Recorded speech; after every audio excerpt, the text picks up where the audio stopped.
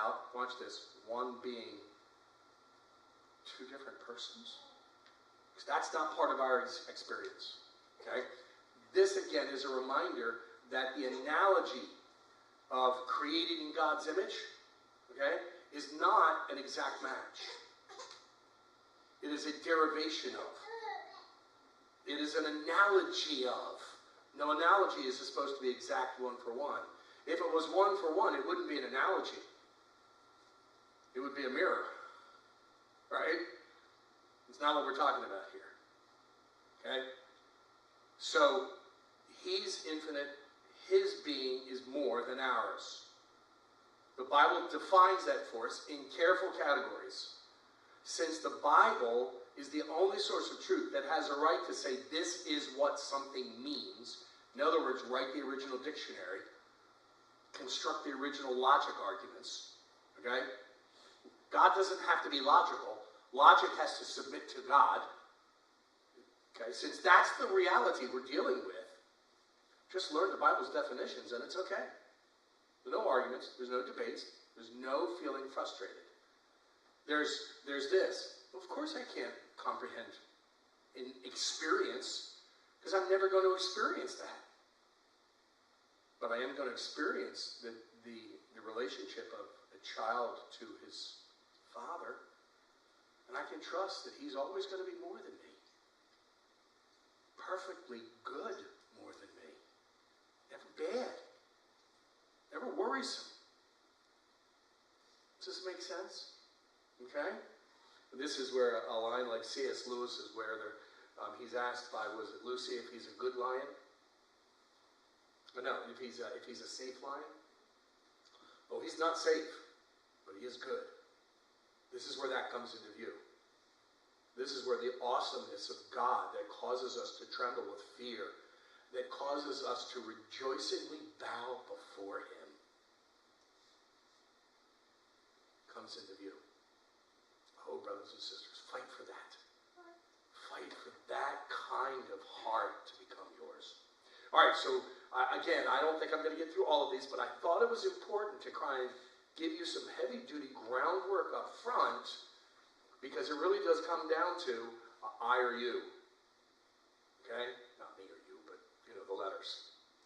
All right, any questions or comments at this point?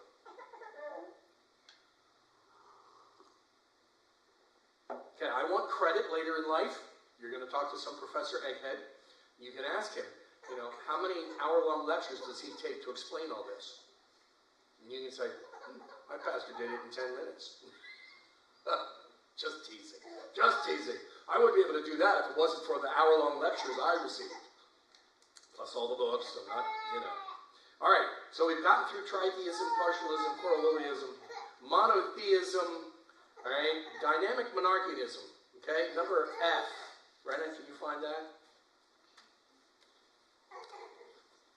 Tell me when you got it. Got it. All right. Should have taken longer. Sorry. Let me chew my donut right here. Now, dynamic monarchianism is kind of the technical term that's given to it. Okay? Dynamic, meaning that it's actively going on. Monarchianism means it's the action of a sovereign God. Okay? The original and probably the most baseline expression of this is what's called adoptionism. And you'll read about it in other names. You'll notice when we're talking about heresies, it often gets named after the original guy who started teaching it. Sometimes he didn't teach it the way it became heretical, like Nestorius. There's some credible evidence that Nestorius' position may have been defective, but not heretical. He may have had some logical inconsistencies that when challenged, he went, no, I don't mean that. What are you talking about? That his disciples, after he was dead, took too far. Okay? Some evidence that that may be the case. All right? So if you hear Nestorianism, you're like, all right, what in the world is that stuff? Don't think you're going to hear some technical term. It's just the name of the guy turned into an ism. Okay? Adoptionism is not that. It's a technical term. Okay? So God the Father alone is divine. The Son and the Spirit are attributes of God, expressed in dynamic operations. In other words, whenever you see the Son, it's only an action, and it's the action of a sovereign God. Okay? Now, you say, well, isn't that modalism? Not necessarily. Although you can see how modalism is a form of this in some degree. Okay? Jesus, this is the normal one. A man who at his baptism was adopted by the Father. Okay? Marked by the Spirit. And the Spirit is an immaterial emanation. That's why I have a lowercase s. Empowering his miracles. All right, any questions about that? That makes sense? You can see this at the John the Baptist baptism. The error rests on the notion of absolute unity, indivisible, therefore separate persons can't be possible. Okay? Some sources for you. With our first records, and you recognize that when we say first records from a period of time that didn't have the internet, our first records are kind of the best one that we have a recollection of. Okay? There might have been some other sources. You know, who did Theodotus learn from, for example? Okay? Skin of your teeth. Okay? Getting saved by the skin of your teeth. Right? I did some work on that one, and I found out that it actually comes from an old Japanese cliche. Never knew that. Then there's another one, I forget where. If God doesn't punish America, he's going to have to apologize to Sodom and Gomorrah. The earliest I can find that is Ruth Bell Graham in the late 60s, when Billy Graham was reading to her a portion of a book he was getting ready to publish. Okay? And then he repeated it at his next rally. My wife said the other day. Okay? So, these kind of things are normal. Right? The other thing is, notice that, does yours have a leatherworker 2HO up there? Or does it just say who? Leatherworker who? Theodotus of Byzantium, leatherworker who? Layman, okay, yeah. My notes that I went to hit the 2, or the W, and apparently my finger flicked it to a W, to a number 2 or something. I have no idea. So, just a typo in here, sorry. I developed the following in Rome. This is another characteristic you need to know. These guys invariably start in one of the other major church centers, Alexandria and Antioch being key. All right, for those of you who are in the hermeneutics course we just did, can you tell me why Alexandria or Antioch? They were the centers of learning. You weren't in it. I know. That was great, Paul. Yeah. There were the two main seminaries, we would describe them as, were in Alexandria and Antioch, very early on. Okay? So, and Antioch as in Barnabas and Paul, where they were pastoring, that Antioch. Okay? Byzantium, why was Byzantium so important?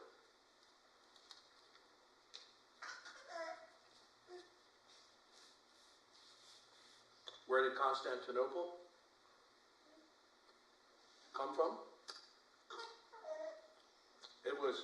Constantinople was essentially open ground next to the little city of Byzantium.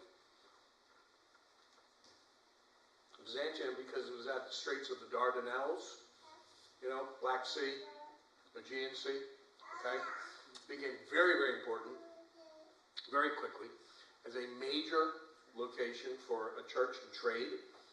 Okay, you with me? And then in the 300s, Constantinople became the headquarters of the empire, at least the Eastern Empire. Okay, name other areas that were centers of church. Rome.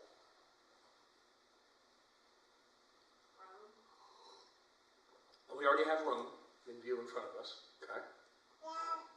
North Africa. That would be Alexandria. Okay. Hippo or Carthage were never considered main. They would be secondary. Okay. there's two others that routinely would be involved. Okay? And that would be Ephesus, and that's obvious, fourth city in the empire, big commerce. Okay? But they weren't often. And then the other main one would be Jerusalem, where the church, New Testament church, was born. Does that make sense? The reality is that it became Alexandria, Byzantium, and Rome that were the major centers. Even Antioch kind of slipped out of importance. And why Rome? Imperial authority. It was the center of the empire. It's just that simple. Now, there's a very important biblical principle here, and you've heard me say this before, primus inter pares.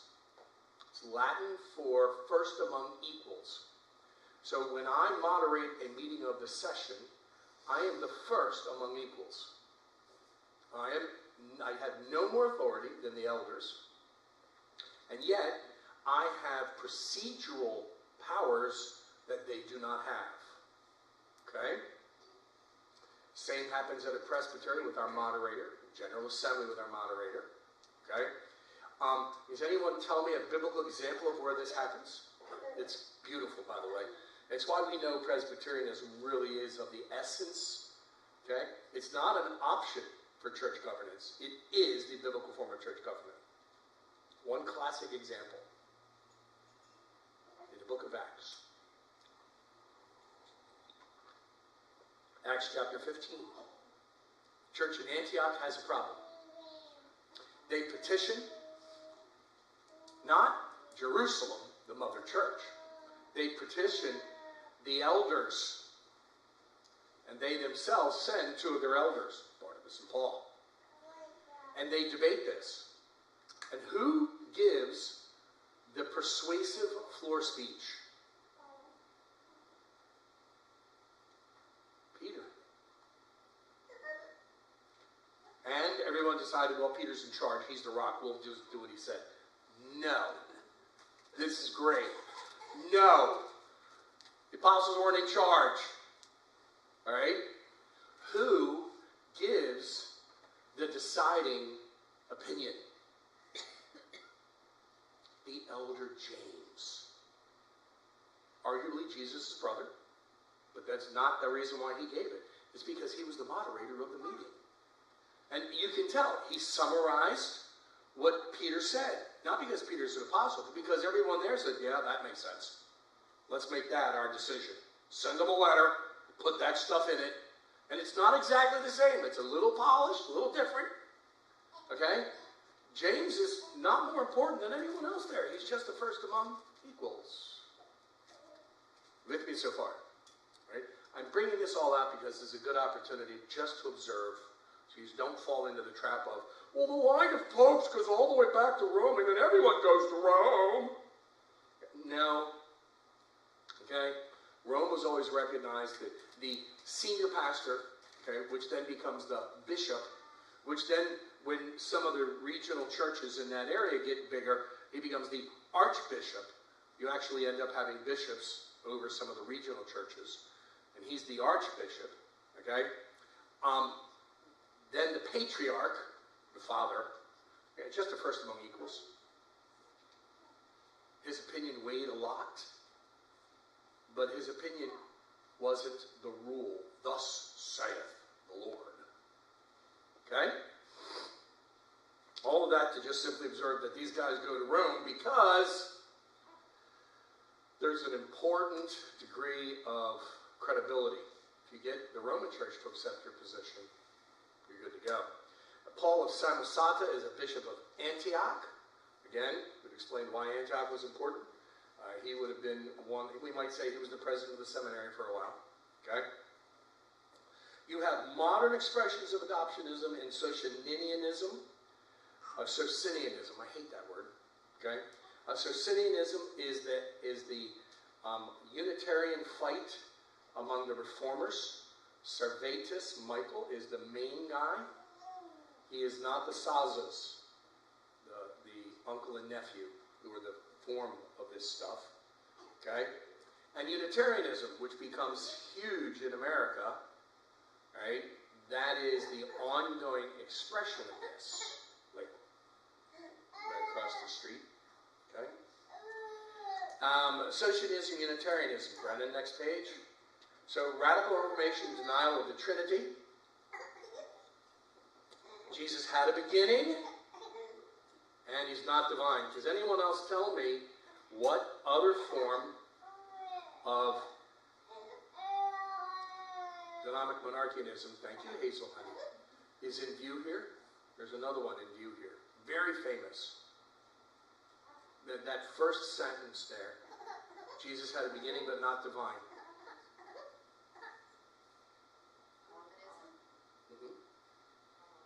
Arianism.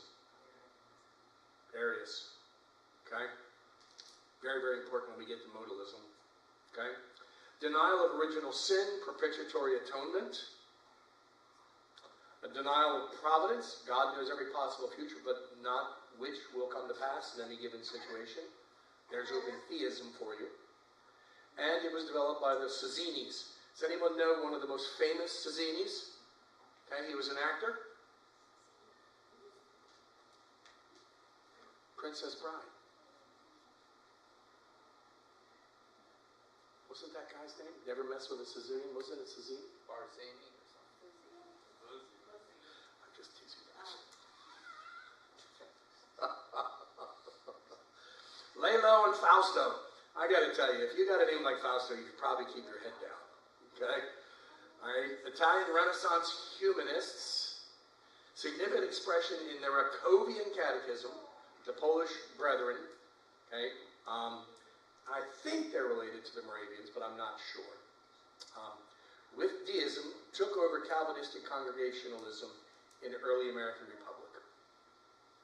Okay, almost all your congregational churches in New England go back to the early period of the country, and that almost all of them became Unitarians originally. Okay, that was the first major error. Okay, Universalism then crept in.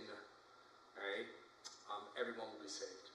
It was Universalism, and I ran into a brother who was laboring out of bounds at a congregational church.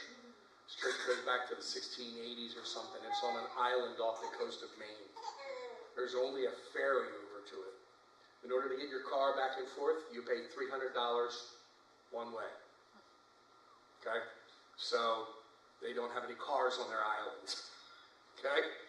And he's a pastor that the whole community supports because it's a historic building. Not many people are actually faithful. And they hired him. He's like, I'm Presbyterian. I'm the conservative confessional guy. Okay? And so he's doing it. So he's moving in the near future. You could pray for Tom Powell. He's going to need to find a new call down in Messiah, Pennsylvania territory. All right, any questions about Socinianism, Unitarianism? None at all. Okay, now I'm actually at modal monarchianism, but quite honestly, wow, there's a lot there. Okay, I'm going to dig into one of them just at the beginning, if that'll be all right, because there's so many to go into afterwards. This is the general, okay? So, the modality, modes, think actors, think roles, okay? If you're reading a church's, one of the very first things I do is I go to a church website, I find who the pastor is, and I find out where he went to school. Okay? That tells me a ton. Second thing I do is I look for their statement of faith. That will have trigger words, but not necessarily anything else. Okay? One of the trigger words is in the nature of the Trinity. Okay? One God presenting in three persons is modalism. Now, the church itself might just be defective in their explanation. They might be Trinitarian. But that's normally a giveaway. Okay? The third thing I do then is I check what resources And who do they recommend you listen to? What books do they recommend you read? What other things are they promoting? The fourth thing you might want to check out, this is very helpful for Church of the Highlands, is who has been their guest preachers. Okay, that tells you, it just puts it all to bed, right? So a little bit of suggestion for your future usage. Someone asks you for a church reference somewhere, this is how you do it, okay? All right, so one divine being presenting himself to his creation in three different modes. God appears, manifests, presents, etc. in three different modes. Actors, manifestations. All right, our sources of this, originally we find from Noetus of Smyrna. Now look at the dates of these guys.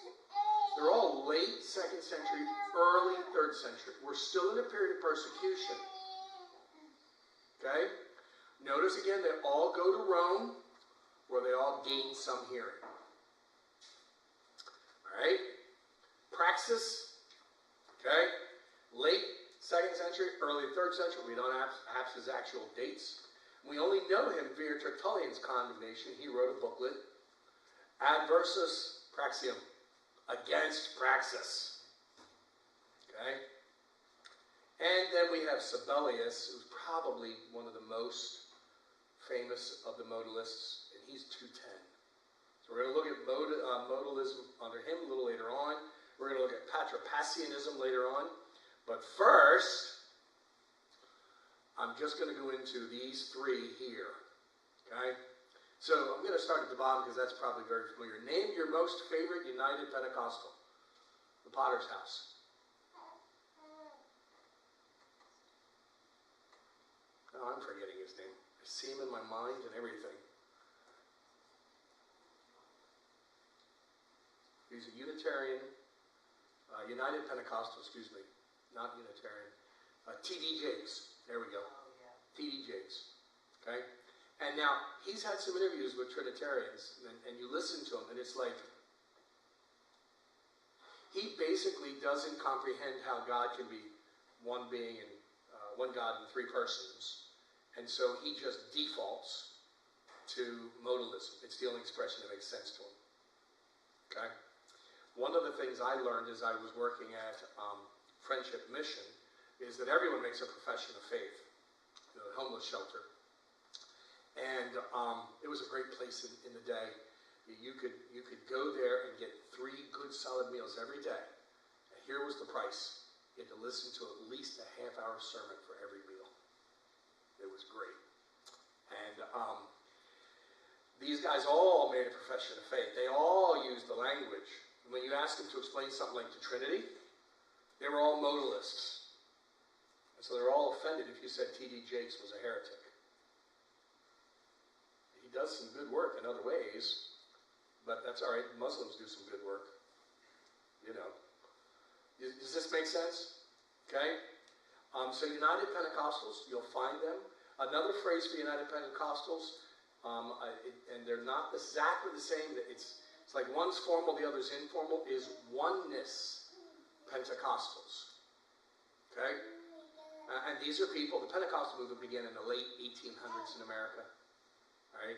Really took off with Parham. One of his disciples, a woman, said she started speaking in Chinese. She had never learned it before. She started writing it, and it's just really poor doodling. It's really bad. It's not Chinese. And then there is another brother who ended up at San Francisco, and I'm forgetting the name of the. I want to say. Not Asbury, that's the latest moron. I mean, sorry, the latest, okay, just stop talking about it, Reed, you're going to get in trouble. I forget the name of it, but there was a big supposed outpouring and routine, what? Thank you, Azusa Street, there we go. I wanted to say hate Ashbury, and I'm like, nah, it's from my drug days, wait. So, you know, these things go around. Okay, liberal Christianity, okay, Schleiermacher, right? I think he's a Swiss German, and he basically was at the end of the 1800s era. I think that's his dating. It might be early 1800s. But he's basically one of the big brains at the end of a lot of debate and discussion over the nature of liberal Christianity, which basically began as a response to the Enlightenment. The Bible is just a word of man about God. It therefore has the exact same characteristics as other human books. It has errors. Okay? It has myth. It has lies. All right? It's ideology. And it's probably written by multiple people. These really aren't the words of Jesus. All right? And that's why red letter Bibles are so dangerous, by the way. You should get rid of your red letter Bibles. Do not use them. They are a defective response, all right? An evangelical defective response to this idea that not all the words in the Gospels are actually Jesus' words. These we can verify are Jesus' words. Verify how? From other historical sources that are unquestionable? Well, and so you've submitted the words of Jesus to historical verification? If that's your authority? Human authority? That's flawed? Makes errors? Lies? Well, how are you not saying the same thing as liberal Christianity? Okay? There's no possible way to have one being, three persons. Therefore, there's no Trinity. We have some sort of modalism. Liberal Christianity. And then my favorite, Swedenborgianism. Any of you ever heard of Swedenborgianism before? Anyone? Nathan's raising his hand a little bit. Okay, I'm going to tell you a little story, okay? I had the blessing of playing in the nice garden-like backyard, about half a football field backyard, of a Swedenborgian church as a little boy. It was delightful on spring days. All to myself. Of course, I'm an introvert, so that was heaven to me. You know, birds, exploration, no other people. You know, there was a Swedenborgian church in Wilmington, Delaware. I think it's still there, right next to where the house my aunt and uncle, great aunt and uncle, were renting. And I don't know anything about it. And they didn't know anything about it. My family wasn't Christian, right? But Swedenborgianism was begun by a failed Lutheran guy, and the early form of introducing Eastern mysticism into Christianity. That was his response to liberal Christianity. Whack job. Okay? Simple reason it's in here is because, one, it's modalism. Two, I played in the backyard of one of their churches. That's the only reason it's in there. Okay? If you ever run into Swedenborgianism, you'll go, oh yeah, they're not Christians. You'll know now. Because, why? Well, my pastor played in their backyard. He knows they're not Christians. That's all you need to remember. Okay? All right. Any questions? Comments? All right, Brendan, mark where we are. We're at Patripassianism. Okay? That sounds like a mouthful, but it's actually kind of easy. Okay? Let me pray. Lord, thank you for your love and your kindness in getting us through all this. Please, make it simpler and more profound for my brothers and sisters than I've been able to break it down. Bless them as you've blessed people throughout the ages to know you, Father, Son, and Spirit. In Christ's name.